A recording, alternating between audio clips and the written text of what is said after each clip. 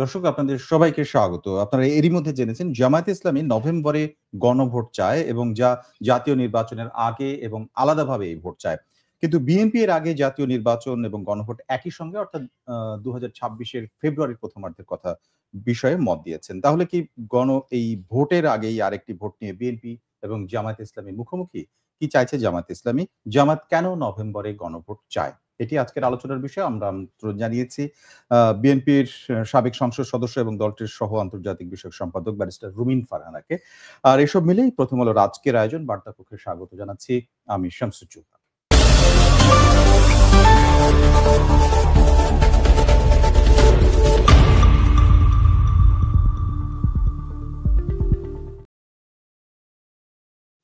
Barrister রুমিন ফারহানা, আপনাকে স্বাগত। আপনাকে ধন্যবাদ। প্রথমে যেটি জানতে চাইবো, জামাত ইসলামী নভেম্বরে গণভোট চাইছে, যেটি বেশ আগেই বিএনপি নিশ্চিত করেছে যে তারা ফেব্রুয়ারির ২০২৬ ফেব্রুয়ারি যখন জাতীয় নির্বাচন হবে তখন একই সাথে এই নির্বাচনের পক্ষে আপনারা মতামত দিয়েছিলেন। তাহলে এই ঘোষণাটা এবং তাদের এই দাবি এবং তার কর্মসূচিও ঘোষণা করেছে, এটা ব্যাপারটা কি এরকম হয়ে যাচ্ছে যে বিএনপির প্রতি একটা চ্যালেঞ্জ ছুড়ে দেওয়া হলো এবং আপনারা আরেকটা মুখোমুখি? আপনাকে অসংখ্য ধন্যবাদ। দেখুন, আমার কাছে মনে হয় জামাত তার পলিটিক্সটা কি করবে সেটা এখনো নিজেরা সিদ্ধান্ত নিতে পারছে না। কেন কথাটা বলছি?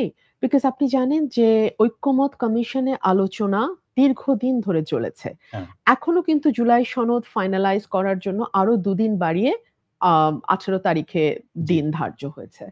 আবার মানে মাসের পর মাস চলল বলা চলে। মাসের পর মাস।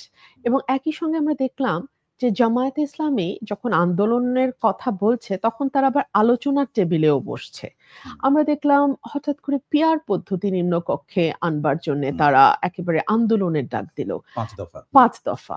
এখন আবার আমরা লক্ষ্য করছি যে তারা নতুন করে এখন বলছে যে গণভোট হবে, ঐক্যমত জুলাই সনদ বাস্তবায়নের জন্য যে ঐক্যমত হয়েছে সেটার যে গণভোটের কথা একমত হয়েছে দলগুলো, সেই গণভোটটা হতে হবে নভেম্বরে। সো এই যে একেকবার একেক রকম দাবি নিয়ে সামনে আসা, এটা কেবলমাত্র যে সাধারণ মানুষের মধ্যে কনফিউশন তৈরি করছে তাই নয়, আমার ধারণা জামাতের নিজের মধ্যেও, নিজের দলের মধ্যেও নেতাকর্মী যারা হয়তো লোয়ার টায়ারে কাজ করছে তাদের মধ্যেও একটা ধোঁয়াশা তৈরি করছে। আমি নিজে নির্বাচনী ভোটের মাঠে কাজ করছি আজকে প্রায় ১০ বছরের কাছাকাছি। আমি ২০১৬ সাল থেকে আমি ব্রাহ্মণবাড়িয়া ২ আসনে কাজ করছি। সো আমি একেবারে ডোর টু ডোর যখন নক করছি, মানে কারণ ভোট এখন চলে এসছে, আমি মানুষের দরে দরে যাচ্ছি, দরজায় দরজায় যাচ্ছি, কথা বলছি, উঠান বৈঠক করছি, আর জনসমাবেশগুলো তো আছেই। সেখানে আমি বোঝার চেষ্টা করছি যে এই যে সংস্কারের কথা বলা হচ্ছে, পিআরের কথা বলা হচ্ছে, গণভোটের কথা বলা হচ্ছে, জুলাই সনদের কথা বলা হচ্ছে, যেগুলো ঢাকা শহরে মনে হচ্ছে হট কেকের মতো ভীষণ গুরুত্বপূর্ণ। আমার এলাকার মানুষ বা প্রত্যন্ত গ্রামের মানুষ, ভোটার, তারা কিন্তু বিষয়গুলো নিয়ে একদম চিন্তিত নয়। তাদের চিন্তা হচ্ছে আমার সন্তানের একটা ভালো চাকরি আমি কিভাবে ব্যবস্থা করব। আমার উপজেলা স্বাস্থ্য কমপ্লেক্সে আমি রেগুলার একজন ভালো ডাক্তার পাবো কিনা, বিনামূল্যে সরকারি ওষুধগুলো পাওয়ার কথা সেগুলো আমি পাবো কিনা। একেবারে নিজস্ব, এবং এটাকে আমি ঠিক নিজস্ব বলতে পারি না।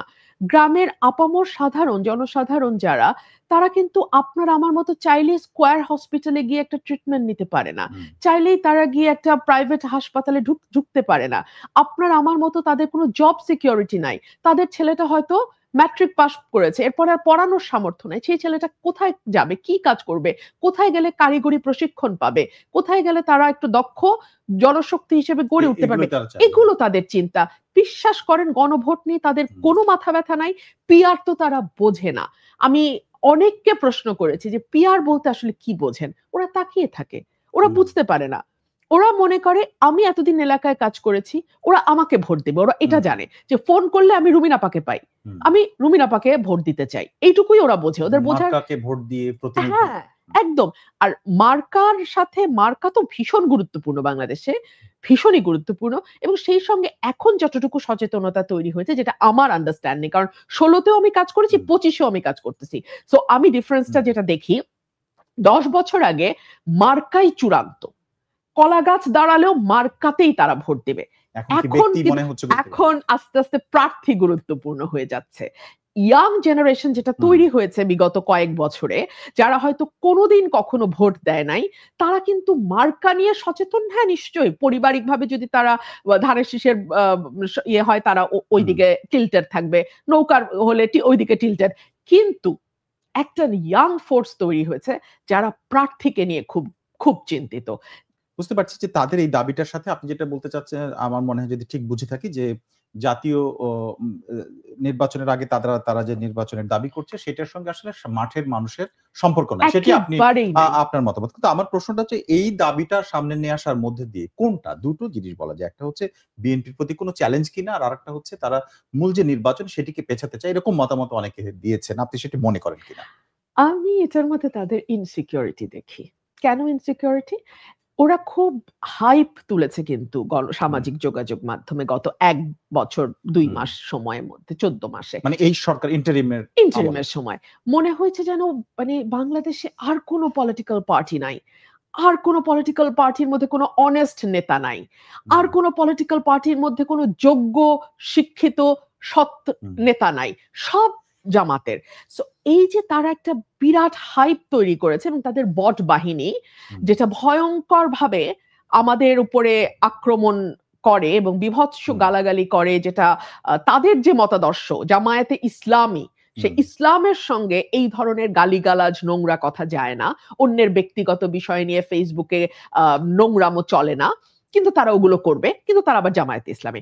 সো এই বট বাহিনী এবং তাদের কর্মী বাহিনী মিলে সামাজিক যোগাযোগ মাধ্যমটাতে এমন একটা ধারণা দেওয়ার চেষ্টা করেছে যে বাংলাদেশে তাদের চেয়ে জনপ্রিয় দল আর নাই। তাদের বক্তৃতায় তো তারা এই কথাটা বলেন এবং সততার প্রশ্নটা তো অনেকে কিছুটা বিশ্বাসও করেন। আপনার মনে হয় না এটা? আচ্ছা, আমি সততার বিষয়ে আসছি। কিন্তু মাঠের বাস্তবতা হলো, আপনি যদি জরিপগুলার হাইয়েস্ট ফলাফলও দেখেন 21%, whereas একই জরিপে বিএনপি 41%। সো তারা দেখে, এবং এই জরিপে এই যে 21%, তার মানে অনেকগুলো আসনে কিন্তু তারা মার্জিনালিও হেরে যাইতে পারে। হ্যাঁ, কিন্তু যদি 21% এর ভিত্তিতে পিআর এর পদ্ধতি হয়, তাহলে অনেক বেশি আসন নিয়ে তারা সংসদে যেতে পারবে, নিশ্চিত করবে। সেটা একটা বড় কারণ হচ্ছে এই পিআর এর জন্য তাদের অস্থিরতা। সততার প্রশ্নে আমি আপনার কাছে বলছি যে যদি আপনার সততা প্রমাণের কোনো সুযোগ না আসে, সুযোগের অভাবে তো আপনি সৎ হিসেবেই পরিচিত হবেন। জামাত তো কখনো বাংলাদেশে এসে সুযোগ পাওয়ার কথা বলছেন। হ্যাঁ, কারণ আপনি দেখুন, গভর্নমেন্টে না থাকলে কিন্তু সেই অর্থে বাংলাদেশে আপনি বিরোধী দল। আর বিরোধী দল মানেই হচ্ছে হেন কোনো নির্যাতন নাই যেটা আপনার উপরে হবে না। সো বিরোধী দলে থেকে আসলে অসৎ হওয়া আপনি চাইলেও সেটা হতে পারবেন না।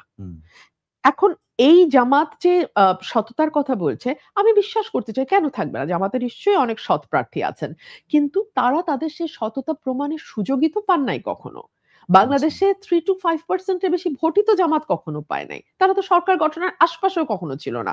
সো তারা সৎ কি সৎ নয়, এটা কেবলমাত্র তারা যদি জনগণের ভোটে নির্বাচিত হয়ে সংসদে সরকার গঠন করে, সংখ্যাগরিষ্ঠ আসন পায় সংসদে, তাহলেই কেবলমাত্র বোঝা যাবে। আরেকটি দিক থেকে বিবেচনা করা যে নভেম্বরে গণভোট আসলে দুইটা বিষয় সামনে আসে, যে একটা গণভোট মানে তো এই গণভোটটা তো আসলে হানার মতো, যেটা এর আগেও বাংলাদেশে ৩ বার হয়েছে।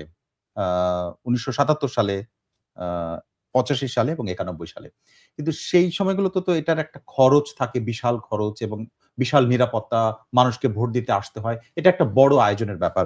সেইটা আসলে কোন এইটা সামলানো এই গভর্নমেন্টের বিষয়ে আপনার কি মনে হয়, এটা কি একটু ঝুঁকিপূর্ণ হয়ে যায় কিনা?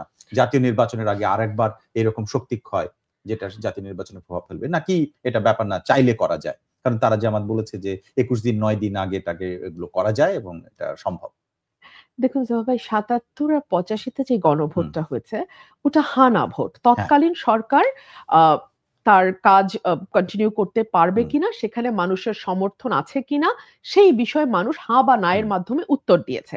আর ৯১ সালে যে গণভোট হয়েছে, সেটা হচ্ছে রাষ্ট্রপতি শাসন ব্যবস্থা থেকে সংসদীয় শাসন ব্যবস্থা বা প্রধানমন্ত্রী সংসদ পদ্ধতিটা। মানে এই আপনি কোন পদ্ধতি চান? আপনি কি প্রধানমন্ত্রী পদ্ধতির সঙ্গে হাতে আছেন না নাতে আছেন? এইটা। এখন আপনি আমাকে বলেন, এই যে জুলাই সনদ, এখানে ৮৪টা ধারা। ৮৪টা ধারার মধ্যে ধরুন প্রথম ৫টার সঙ্গে আপনি দ্বিমত করছেন। আমি দ্বিতীয় ৫টার সঙ্গে দ্বিমত করছি, আরেকজন তৃতীয় ৫টার সঙ্গে দ্বিমত করছে, আরেকজন চতুর্থ ৫টার সঙ্গে দ্বিমত। এইরকম ভাবে পারমুটেশন কম্বিনেশনে হাজারটা লক্ষটা উত্তর হতে পারে। কাজে এখানে হা না যাওয়া কঠিন। হা না যাওয়া তো কিভাবে হয়? আমি তো আমার বুদ্ধিতে কুলায় না। হয়তো আমার বুদ্ধি কম সেজন্য আমি বুঝতে পারছি না। কিন্তু এটাতে আমি হা নাতে আপনি আনবেন কি করে? হয় আপনাকে ৮৪টাতেই একমত হতে হবে অথবা আপনি ৮৪টার একটাতেও একমত হলেন না। আমি একটু বলি, যেহেতু জুলাই সনদের ব্যাপারে আমি গ্রামের মানুষের সঙ্গে কথা বলেছি। আমাদের রিয়েল ভোটার যেটা গ্রামে কিন্তু ওনার যেই ভোট যিনি মানে এই সনদ বোঝেন তার যেমন জয়টা ভোট, সনদের ব্যাপারে যিনি পাণ্ডিত্য অর্জন করেছেন তারও কিন্তু সেম ভোট। হ্যাঁ? তো এখন চিন্তা করেন তো বাংলাদেশের মেজরিটি মানুষ এই জুলাই সনদ নিয়ে একেবারেই চিন্তিত না। তারা যদি গণহারে না দেয়, যদি না জয়যুক্ত হয়, একবারও চিন্তা করেছেন? তাহলে একটা সংস্কারও হবে না বাংলাদেশে। হ্যাঁ, ভোট দেয়া মানে তো আসলে তাদের হাতে ছেড়ে দেয়া। কমপ্লিটলি, এবং তারা বিষয়টা নিয়ে বদার্ড না। এবং দুইটা ফলাফলই আসতে পারে। তো হোয়াট ইফ নো প্রিভেইলস?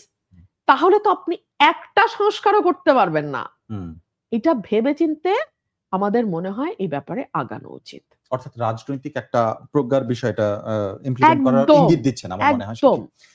আমার আরেকটি যুক্তি যেটি বিএনপি জামাতের পক্ষ থেকে বিএনপিকে বলা হয়েছে, আসলে বিএনপিকে উদ্দেশ্য করে বলা হয়েছে একটি দল এই ব্যাপারে না করছে, এভাবে বলা হচ্ছে। আমি ধরে নিচ্ছি এটা বিএনপি। নির্বাচন এবং গণভোট একসঙ্গে হওয়ার ক্ষেত্রে কিছু কিছু সমস্যা থেকে যাচ্ছে। প্রধান সমস্যা হচ্ছে প্রতিটি দল নির্বাচনের সময় প্রতীক বিজয়ের দিকে বেশি গুরুত্ব দিবে, কাজেই এই দিকে অর্থাৎ এই গণভোটের দিকে তাদের অতটা খেয়াল থাকবে না, সাধারণ মানুষও ততটা হয়তো বুঝবে না। নির্বাচনে কোনো একটি জায়গায় দখল হলে সংস্কারের ব্যালটও দখল হয়ে যাবে, ফলে একটির ভাগ্য আরেকটার সঙ্গে অঙ্গাঙ্গিভাবে জড়িয়ে যাচ্ছে। এই বিষয়গুলো তিনি উল্লেখ করেছেন, যার মধ্যে যে কারণে তারা চান যে এই গণভোটটা নভেম্বরের মধ্যে হওয়া উচিত। দেখুন, মানুষের সঙ্গে এক ধরনের বিচ্ছিন্নতা যদি থাকে এবং আপনার পলিটিক্সটা যদি হয় খুবই সুশীল কেন্দ্রিক, উচ্চ শিক্ষিত এবং একটা পার্টিকুলার ক্লাস অফ পিপল এর সাথে আপনার বারবার ইন্টারঅ্যাকশন হয়, কথা হয়, ওদের মতামতই আপনার কানে বারবার আসে, তখন আপনি একটা ইকো চেম্বারে বাস করেন। আপনি মনে করেন যে আপনি এবং আপনার চারপাশের মানুষ যেহেতু সনদের বিষয়টা ভালো মতো বুঝেছে, পাণ্ডিত্য অর্জন করেছে, গ্রামের সাধারণ মানুষ বা যেই খেটে খাওয়া মানুষ বা যেই মানুষটি হয়তো কেবলমাত্র একটি ভোট দেওয়ার জন্য অস্থির হয়ে আছে, সেই মানুষটিও আপনার সেই পাণ্ডিত্য অর্জন করছে। বিষয়টি কিন্তু মোটেই সেরকম নয়। আপনি এটা যদি নভেম্বরেও দেন, আপনি কি নভেম্বরের মধ্যে জুলাই সনদের বিষয়ে আপনি দেশের ভোটার ১১ কোটি ১২ কোটি ভোটারকে আপনি এই ব্যাপারে এডুকেট করে এটা অক্টোবর মাস। একদম। আর মানে অক্টোবরের মাঝামাঝি আর ১৫ দিন পরে নভেম্বর। আপনি কি তাদেরকে এডুকেট করতে পারবেন? ১। ২ হচ্ছে আমি ইসির বক্তব্য দেখছিলাম যে তারা বলছে আমাদের ভিন্ন দিনে ভোট করতে হলে ডাবল খরচ হবে। আমি যে খরচের প্রসঙ্গটা বলছি। অ্যাবসলিউটলি, যে আমাদের দ্বিগুণ খরচ হবে। আমাদের ওই ভোটের সেটআপের একটা খরচ, এটার একটা খরচ। প্লাস আমাদের নতুন জনবল আনতে হবে, নতুন করে ভোট কক্ষ করতে হবে, অনেকগুলো নতুন প্ল্যান প্রোগ্রামের ব্যাপার আছে। ১.৫ মাসের কমে এটা করা যাবে না। তো আপনি যদি এখন থেকে ১.৫ মাস ধরেন, দ্যাট ইজ ডিসেম্বর। আপনি কি সত্যি মনে করেন বাংলাদেশ তার এই ভঙ্গুর অর্থনৈতিক এবং আর্থসামাজিক এবং আইন শৃঙ্খলা পরিস্থিতি, ৩টাই ভঙ্গুর অবস্থায় আছে। এই অবস্থায় আপনি পরপর ২টো নির্বাচন ১ মাসের ব্যবধানে করতে পারবেন? এক্সাক্টলি, এটি একটা প্রশ্ন, এটি একটা বড় প্রশ্ন। কারণ অর্থনৈতিক দিক থেকে এটা ভোটের খরচ এমন না যে চা খাওয়ার টাকা দিয়ে হয়েছে। এটা একটা বড় অ্যামাউন্টের ব্যাপার, বিশাল খরচ। এবং আমি যদি পাল্টা প্রশ্ন তুলি যে আপনি ১১ কোটি ভোটারকে অল্প কিছু মানে হাতে গোনা শহুরে কিছু ভোটার ছাড়া বাকি সবাইকে সনদের ৮৪টা ধারা আপনাকে বুঝাতে হবে। তারপরে আপনাকে উচ্চকক্ষ নিম্নকক্ষ বুঝাতে হবে, আপনাকে উচ্চকক্ষের পিআর বুঝাইতে হবে, আপনাকে প্রধানমন্ত্রী রাষ্ট্রপতির ক্ষমতার ভারসাম্য বুঝাতে হবে, আপনাকে অনেক কিছু বুঝাতে হবে, আপনাকে ৭০ অনুচ্ছেদ বুঝাতে হবে। Do you really think it is possible? সবাইকে পলিটিক্যাল সায়েন্সে আসলে একটু অভিজ্ঞ করে তাই না?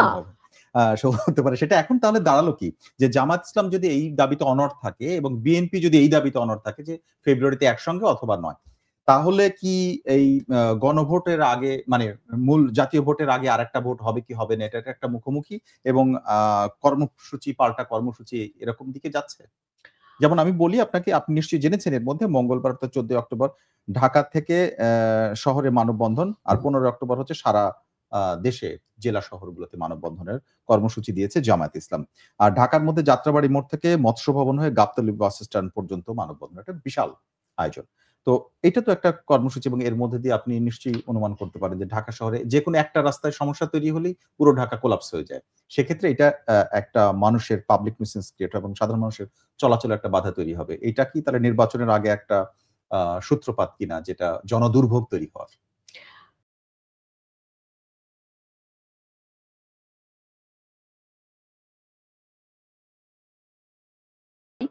সেট সেই পরিমাণ নয়।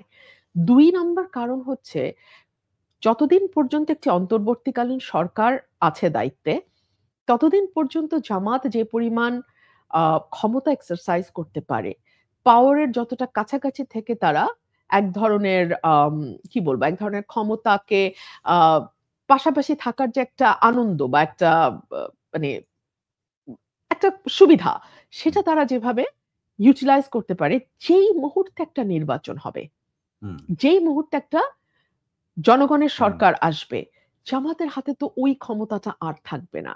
ওই ক্ষমতা এক্সারসাইজ করার যেই একটা আনন্দ, সেটা তো থাকবে না। এই মুহূর্তে করছে বলে মনে করেন আপনি? সার্টেনলি, হুম। সার্টেনলি এবং আ এইটা তারা এই জামাত কি মুহূর্তে আসলে পুরোটা করছে ছাড়তে নাকি চাইছে না। আংশিকভাবে?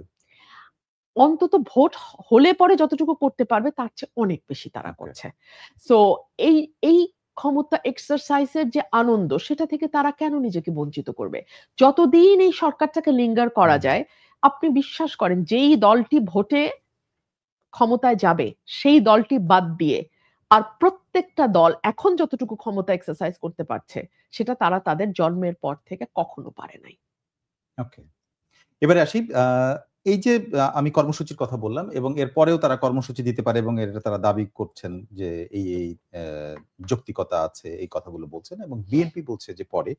এর মধ্যেটা এটা যদিও এই দাবিটা তারা সরকারের কাছে করছে। সরকার মানে ইসির সাথে এবং ইসির সাথে আজকে বৈঠক করেছে। ইসি বলছেন যে সরকার যদি চায় আমাদেরকে বলে আমরা এটা করব। এই ক্লজে এরকমভাবে উত্তর দিয়েছে। আমার প্রশ্নটা আপনাদের কাছে যে বিএনপি এটাকে হুমকি মনে করে কিনা? কোনটাকে? এই যে তারা এই দাবিটা সামনে নিয়ে আসছে জাতীয় নির্বাচনের আগে। না, না, না। একদম না, একদম না। কারণ আমাদের বিশ্বাস মানুষের উপরে। হুম, আমাদের বাংলাদেশের জনগণ ছাড়া আমরা আর কারো ক্ষমতায় বিশ্বাস করি না। মানুষ কিন্তু ভোট চাইছে। এবং মানুষ যে ভোট চাইছে তার একটা বড় ম্যানিফেস্টেশন হচ্ছে আমরা কিন্তু অনেকেই এট লিস্ট আমি আমার হুম, এলাকায় ১ মাস ধরে নির্বাচনী জনসভা করছি। এবং সেই জনসভাগুলোতে মানুষের ঢল নেমে আসছে। এবং হুম, মানুষের মধ্যে যে উচ্ছ্বাস এবং যে হুম, আনন্দ যে একটা নির্বাচন সামনে আসছে, তারা তাদের পছন্দের প্রার্থীকে ভোট দেবে। এবং আমি আমার জনসভায় ইভেন এই কথাও বলেছি যে, "আপনার যদি আমাকে ভালো না লাগে, আমাকে আপনার ভোট দিতে হবে না। কোনো অসুবিধা নাই। কিন্তু আমরা এমন একটা ভোট চাই হুম। যাতে আপনি আপনার পছন্দের প্রার্থীকে ভোট দিতে পারেন।" ওকে। সো এই যে হুম, মানুষের মধ্যে একটা আনন্দ এবং উচ্ছ্বাস আমি দেখছি, দেশটা কিন্তু এখন নির্বাচনমুখী। হ্যাঁ, সো একটা দল তার গুটি কয়েক কর্মী সমর্থক নিয়ে বা Facebook এ হাইপ তুলে আ হুম। তারা যদি মনে করে যে তারা নির্বাচনের ট্র্যাক চেঞ্জ করে দিতে পারবে, আমরা সেটা মনে করি কিন্তু না। দল হিসেবে যদি আমি বলি, এবারে আওয়ামী লীগ যেহেতু মাঠে নাই, মানে নির্বাচনের মাঠে নাই, তারা নির্বাচন করতে পারছে না। তাহলে বিএনপির সামনে তাদের প্রতিপক্ষ হিসেবে এবারের নির্বাচনের মাঠে মূলত জামাত তো আছে। আপনারা জামাতকে প্রতিপক্ষ মনে করেন? নাকি বামপন্থী যে অন্য দলগুলো বা মধ্যপন্থা বলে যারা বলছে তাদেরকে প্রতিপক্ষ মনে করেন? নাকি কিভাবে ভাবছেন এটাকে? আমরা সেভাবে প্রতিপক্ষ কেন বলব? রাজনীতিতে প্রতিদ্বন্দ্বিতা থাকবেই। আচ্ছা। হ্যাঁ? ১ আর ২ হলো যে নির্বাচনের আগে সমীকরণ অনেক পাল্টে যেতে পারে। আ ওকে। বিভিন্ন জোট তৈরি হবে, নতুন, নতুন জোট আসবে অথবা আগে থেকে যে জোটগুলো ছিল সেখানে হয়তোবা দেখা যাবে যে সেখানে কিছু ভাঙনও হতে পারে। মানে অনেকভাবেই সামনের কয়েকটা মাস ৩ মাস খুবই, খুবই ক্রুশাল। সো এই ৩ মাসে অনেক অঙ্ক হয়তো পাল্টে যাবে। আর জাতীয় পার্টি নির্বাচনে আসবে কিনা সেটা নিয়ে কিন্তু এখনো হুম। আমরা স্পষ্ট কোনো বার্তা পাই আচ্ছা নাই। এই প্রশ্নটা কেন হচ্ছে? কারণ আওয়ামী লীগের যেমন কার্যক্রম নিষিদ্ধ হ্যাঁ, এবং ছাত্রলীগের হচ্ছে তারা নিষিদ্ধ। মানে দলটাই রাইট। নিষিদ্ধ। তো এই যে যেমন একটা পরিষ্কার নির্দেশনা আছে, সেইটা নিয়ে সমালোচনা আছে কি না আছে সেটা আলাদা। আলাদা বিষয়। কিন্তু এটা একটা পরিষ্কার ব্যাপার আছে আমাদের কাছে। Absolutely, absolutely. কিন্তু জাতীয় পার্টির ব্যাপারে এখন পর্যন্ত কোনো পরিষ্কার ঘোষণা নাই। এক্সিকিউটিভ পাওয়ার থেকে যে একটা ঘোষণা দেয়া তাদের কার্যক্রম নিষিদ্ধ সেটাও নাই। আবার আইনি কোনো ডিসিশন ও আমরা পাইনি। তাহলে কেন নির্বাচনে তারা আসবে কি আসবে না, এই প্রশ্নটা মানে কোন জায়গা থেকে আসছে? আমার মনে হয় প্রশ্নটা তোলা হচ্ছে ইচ্ছাকৃতভাবে। বিকজ যেহেতু তাদের উপরে নিষেধাজ্ঞা নাই, হুম, প্রত্যক্ষ পরোক্ষ কোনো কিছুই নাই, হুম, স্থগিতাদেশ নাই। সো পলিটিক্স এর মাঠে তারা কাজ করবে। পলিটিক্স এর হুম, মাঠে তারা কাজ করছে এটাই আমরা ধরে নেব। মানে আ কাগজে কলমে হুম, এটাই আমরা ধরে নেব। সো সেটা যদি আপনি ধরেন তারা যদি নির্বাচনে আসে, হুম, তাদের ভোট ব্যাংকে আওয়ামী লীগের অনেক ভোট যেতে পারে বলে অনেকেই হুম, মনে করছে। মনে করছি। সো ভোটের হিসাব নিকাশ কিন্তু অনেক জায়গায় পাল্টে যেতে পারে। হুম, কে যে কাকে ভোট দেবে আমাদের আমরা তো জানি না। আমরা জানি না। হুম, আমাদের চাওয়া শুধু এইটুকুই যে আপনি আপনার পছন্দের প্রার্থীকে নির্ভয়ে ভোট দিন। এতে যেই আসুক বাংলাদেশকে একটা হুম। আ মানে ডেমোক্রেটিক ট্রানজিশন এ ঢুকতে হবে। এই প্রত্যাশা নিশ্চয়ই সুন্দর এবং এটা সব নেতারাই বলছেন। বিএনপিরও বলছেন, অন্যরাও বলছেন একই কথা। কিন্তু ভেতরের ব্যাপারটা আমি দুটো প্রসঙ্গে বলি। একটি হচ্ছে জাতীয় পার্টি এই নির্বাচনে অংশগ্রহণ করতে পারছে কি পারছে না এটি একটি। আরেকটি হচ্ছে আওয়ামী লীগের ভোট সবাই পেতে চাচ্ছে। আওয়ামী লীগকে সবাই নিষিদ্ধ করতে চেয়েছে, আওয়ামী লীগের বিরুদ্ধে কথা বলছে। কিন্তু আওয়ামী লীগের তো সবাই চলে যায়নি। আওয়ামী লীগের ভোটার যারা কর্মী বাহিনী, কর্মী বা নাই হলো সাধারণ যারা সমর্থক তারা তো আছেন দেশে। এবং সেটার নাম্বার অনুমান করা যায় আ যা তাতে সেই ভোটটা একটি রিপোর্ট দেখলাম আমি বিবিসি বাংলাতে যে জামাত এবং বিএনপি দুজনই তৃণমূলের এই ভোটটা পেতে চায়। সেক্ষেত্রে জাতীয় পার্টির প্রসঙ্গও আসছে যে জাতীয় পার্টিও অনেকে এর মধ্যে নিশ্চয়ই। চলে যেতে পারে। এইটা কি আসলে ফ্যাক্টর ভোটার যেটাকে বলে সেটা হয়ে যাচ্ছে কিনা? আমার মনে হয় এটা বিরোধী দল গঠনে ফ্যাক্টর ভোটার হতে পারে সেটা। সরকার গঠনে না। সরকার গঠনে না। আচ্ছা। কারণ আওয়ামী লীগ এই ১৫ বছর যা করেছে হুম, প্লাস গত বছর ১.৫ মাসে তারা যা করেছে জুলাই, হুম, অগাস্টে। এটার জন্য তারা এখনো কিন্তু কোনো দুঃখ প্রকাশ, ক্ষমা চাওয়ার আশপাশে নাই।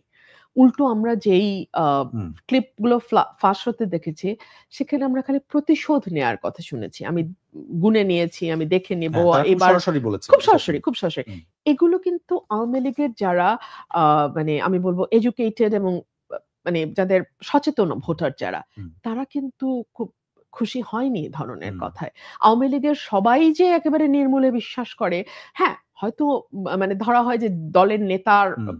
চারিত্রিক বৈশিষ্ট্যই কর্মীরাও ধারণ করে। তো তাই বলে সবাই তো আর দলের কর্মী না, না। প্রচুর ভোটার আছে। ভোটার আছে। প্রচুর ভোটার যারা আছে। কর্মী না। যারা হুম, কর্মী না। হুম। তো তারা হয়তো বিরক্ত, তারা হয়তো রুষ্ট, তারা হয়তো একটু বেটার অপশন খুঁজতে পারে। এইখানেই কিন্তু প্রার্থীর ক্যারিশমাটা চলে আসবে। প্রার্থী যদি আপনি এমন কোন দেন ব্যক্তি যদি তাদের মন জয় করতে পারে। হ্যাঁ, হ্যাঁ। এক্সাক্টলি। এইখানে প্রার্থী যদি যোগ্য, সচেতন, সৎ, হুম, কোন রকম কোনো ব্যাকল্যাশ নাই, হুম, শিক্ষিত প্রার্থী হয়, হুম। এই সচেতন ভোটাররা কিন্তু সেই প্রার্থীর দিকে চলে যায়। এখন সেই প্রার্থী জামাতের হলে জামাতের দিকেও যেতে পারে। সেইরকম প্রার্থী বিএনপির হলে বিএনপির দিকে যাবে। সেইরকম প্রার্থী জাতীয় পার্টির হলে জাতীয় এখানে পার্টির আমার দিকে যাবে। মানে ২ টো যুক্তি কাজ করে। একটি হচ্ছে যে জামায়াত ইসলামের সাথে আদর্শিক যে জায়গা এবং আওয়ামী লীগের যে রাজনৈতিক অবস্থান ছিল বা আছে আমি মনে করি, সেটাতে তারা হচ্ছে ১৯৭১ এর প্রশ্নে তারা মুখোমুখি। তাই তো? হুম, একদম, একেবারে মুখোমুখি তারা। একদম। তাহলে তাদের যদি আদর্শ ধারণ করে কেউ ভোটার থাকে বা এই বিষয়টাতে বিশ্বাস করে, তারা কি জামায়াতের ভোটারে যাবে? মানে ভোট দিবে প্রার্থী দেখেই এটা আসলে আ বিশ্বাসযোগ্য কিনা একটি প্রশ্ন। আরেকটি প্রশ্ন হচ্ছে বিএনপির ক্ষেত্রে। বিএনপির সাথে আদর্শিক খুব একটা আমার মনে হয় না। যতটা না তার থেকে বেশি হচ্ছে বিএনপির সাথে রাজনৈতিক হিংসা প্রতিহিংসার প্রতিহিংসা। সম্পর্কটা আওয়ামী লীগের সবচেয়ে বেশি মাঠে প্রতীয়মান হয়। মানে দেখা গেছে এতদিন। তো সেই আ মানে প্রতিহিংসার শিকার হওয়ার পরেও আবার বিএনপিকে ভোট দিবে আওয়ামী লীগের কর্মীরা। এটা আসলে বিশ্বাসযোগ্য কিনা? আওয়ামী লীগের কর্মীরা জামাতে যেতে পারে যদি হুম, প্রোভাইডেড ওই এলাকার প্রার্থী হুম, এই অ্যাসিওরেন্স দেয় যে আপনি নির্বিঘ্নে এলাকায় থাকতে পারবেন। আপনার বিরুদ্ধে কোনো মামলা হবে না। আপনি আপনার ব্যবসা-বাণিজ্য, চাকরি কন্টিনিউ করতে পারবেন। অর্থাৎ নিরাপত্তাটা তাদের প্রাইম ইস্যু হবে আচ্ছা। সো ফার জামাত ইস কনসার্নড। আর বিএনপির ক্ষেত্রে হুম, তারা চিন্তা করবে ভোটারের নেচারও কিন্তু এখানে কিছুটা এফেক্ট করবে। হুম, কোন ভোটার কেমন হুম, নেচারের, হ্যাঁ? বিএনপির ক্ষেত্রে তারা চিন্তা করবে যে আমার এলাকায় যদি আমরা একজন সৎ এবং ন্যায়পরায়ণ আ এমপি পাই, তাই। যিনি আমাদের উপরে বিনা কারণে খড়গহস্ত হবেন না, হুম, যিনি আ সুযোগ পেয়েছেন ক্ষমতাসীন দলের সংসদ সদস্য হয়েছেন, আমার জমিটা নিয়ে নিচ্ছেন, হুম, কিংবা আমার দোকানটা নিয়ে নিচ্ছেন, কিংবা আমার ব্যবসাটা নিয়ে নিচ্ছেন। এরকম হবে না। উনার মধ্যে একটা ন্যায় নীতিবোধ আছে। আচ্ছা। এরকম যদি তারা দেখে তাহলে এইজন্য বলছি প্রার্থী খুব ইম্পোর্টেন্ট ফ্যাক্টর হবে এই নির্বাচনে।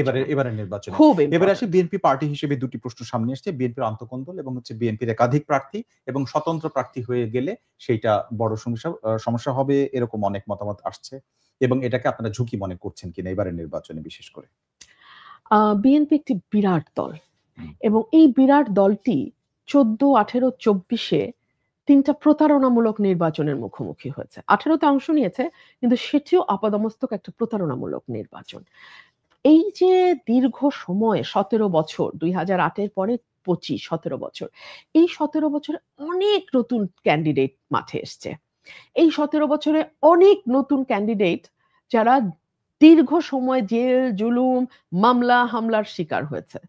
যারা নানানভাবে আ দল করবার কারণে, দলকে ভালোবাসবার কারণে নানানভাবে যাদেরকে হেনস্থা করা হুম, হয়েছে। সো প্রত্যেকেই যার জায়গা থেকে মনে করছে যে সে ভালো ক্যান্ডিডেট এবং একটা প্রতিযোগিতা তো প্রত্যেকটা কনস্টিটুয়েন্সি তেই আছে। এটাকে আমি হেলথি বলি। এটা স্বাস্থ্যকর। কারণ প্রত্যেকেই চেষ্টা করবে তার বেস্টটা হুম। দলকে দেয়ার, তার বেস্টটা এলাকার ভোটারকে দেয়ার, তার বেস্টটা মানুষকে শো করার। সো এটা যদি একটা পজিটিভ প্রতিযোগিতা হয়, why not? আর নির্বাচনে মনোনয়ন দেওয়ার ক্ষেত্রে অনেকগুলো জরিপ কাজ করছে। আমি একদম হুম, জেনে বলছি। হুম।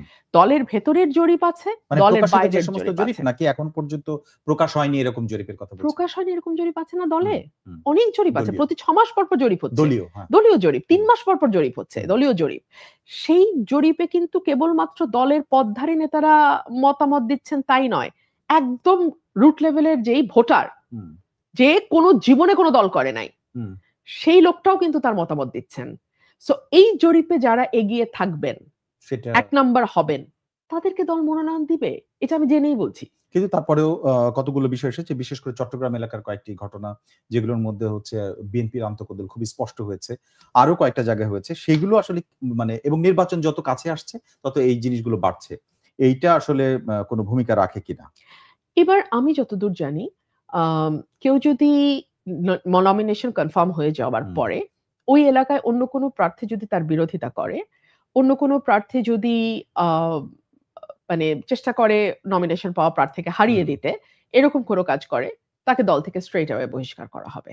এবং আচ্ছা। প্রত্যেককেই তো আসলে আপনি সংসদে নিতে পারবেন না। আসন তো মাত্র হুম, ৩০০ টা।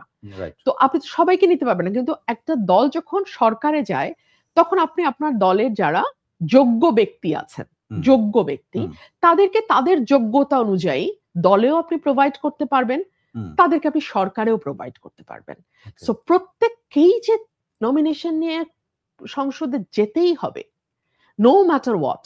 হুম। হুম? মানে সেটা মনে এই করছেন না। চিন্তা থেকে সরে আসতে হবে। মানে এটা আরেক হচ্ছে যে ব্যক্তি স্বার্থও তো কিছুটা জড়িত হয়ে যায়। অনেকে তো এমপি হতে চায়। নিজেকে হ্যাঁ, এমপি হিসেবে দেখতে হ্যাঁ, চায়। এটার একটা বড় কারণ কি জানেন? এমপির সঙ্গে বিরাট একটা অর্থনৈতিক কর্মকাণ্ডকে আমরা ভুলভাবে জড়িয়েছি। হুম, আমাদের স্থানীয় সরকারের যেই কাজ, যেটা একটা হুম, উপজেলা চেয়ারম্যানের হুম, করার কথা, হুম, সেটা আমরা এমপির হাত দিয়ে করাই। হুম, এবং করাই যে এটা নিয়ে কোনো এমপির কোনো আপত্তি নেই। সবাই ভীষণ খুশি। হুম, কারণ এই যে কোটি, কোটি টাকার প্রকল্প তারা হুম। সেটা দিয়ে কাজ করতে পারবে। এই প্রশ্ন আপনি তুলছেন তার মানে কি এবারে আপনারা বদলাতে চান এটা? আমি তো এই প্রশ্ন তুলেছি যখন আমি এমপি ছিলাম তখন। হুম, এটা নিয়ে আমি কলাম লিখেছি যুগান্তরে এবং প্রথম আলোতে। ওকে। এটা আমার এই আন্দোলন আমার বহু পুরনো। এটা আমি সংসদে হুম, থাকাকালীন সময় বলে এসেছি।